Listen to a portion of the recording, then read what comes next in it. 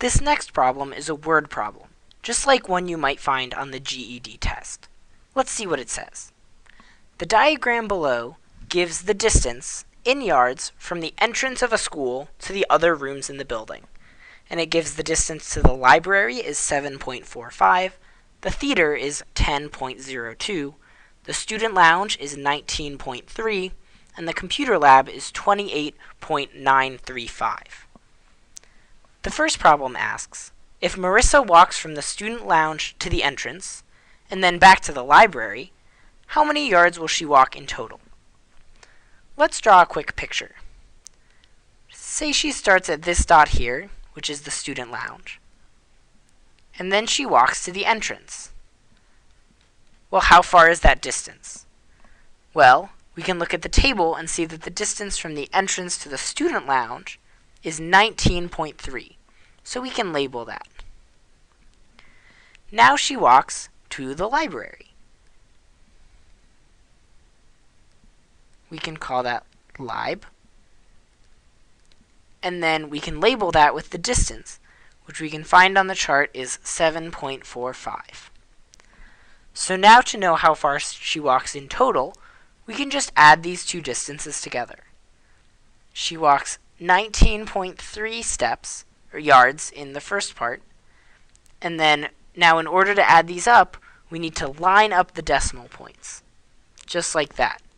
So now we put our 7.45, and then to add these up, well, nothing plus 5 is 5, 3 plus 4 is 7, 9 plus 7 is 16, so we carry a 1, and we get 26.75, which is answer C. Now let's look at the second part of this problem. Pause the video now if you'd like to try it on your own.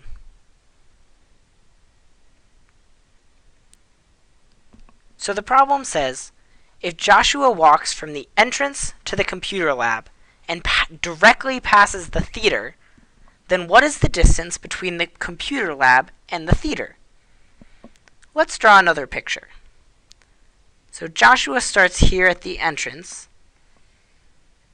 and goes to the computer lab, but he directly passes the theater. We want to know the distance between the computer lab and the theater, which is this part right here. Well, the distance from the entrance to the theater, we can see in the chart, is 10.02 yards. And the distance from the entrance to the computer lab, which is right here, is 28.935 yards. So in order to find this distance right here, we need to subtract those two numbers. So let's line them up. We have 28.935, and we're trying to subtract 10.02. Let's make sure the decimals are in the same point. Then we can fill in the number and do our subtraction. And we get 51981.